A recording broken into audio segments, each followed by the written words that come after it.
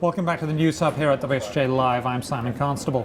If you don't have an internship with your dream employer, then you may have to kiss that dream goodbye. To explain, Wall Street Journal's Melissa Korn joins us from the Management Bureau here in New York. Thank you very much for being here. Thanks.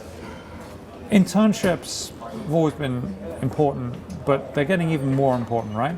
Yeah, they are. Companies more and more are looking to their summer talent pool to fill those full-time positions after graduation.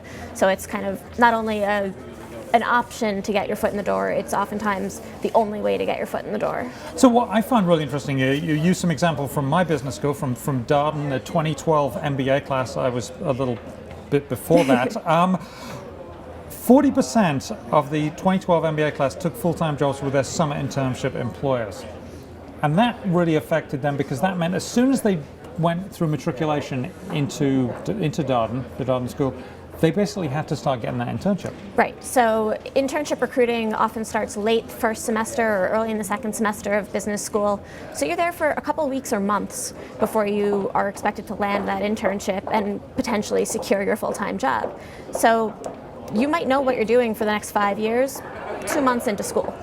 Two months in, but also in the past, internships were a way for you to look at a job and see whether that was what you wanted to do. It was like a test.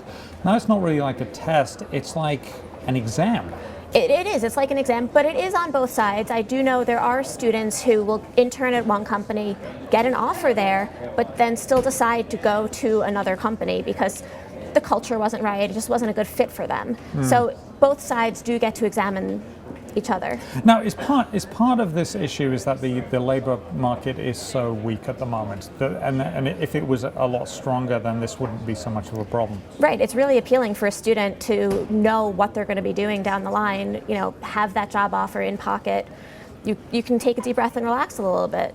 Now we're talking about MBAs here, and a lot of people go to business school after they have quite a bit of business experience, and a lot of them really know what they want to do. Quite often it's investment banking or consulting, and they go in the door saying, I want to get a job at, say, picking a name at random, Goldman Sachs.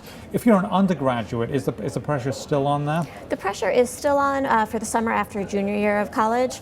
It's not always as extreme because they know that college internships are in part about just exploring your options, but especially for finance and consulting and increasingly tech, that is the way in.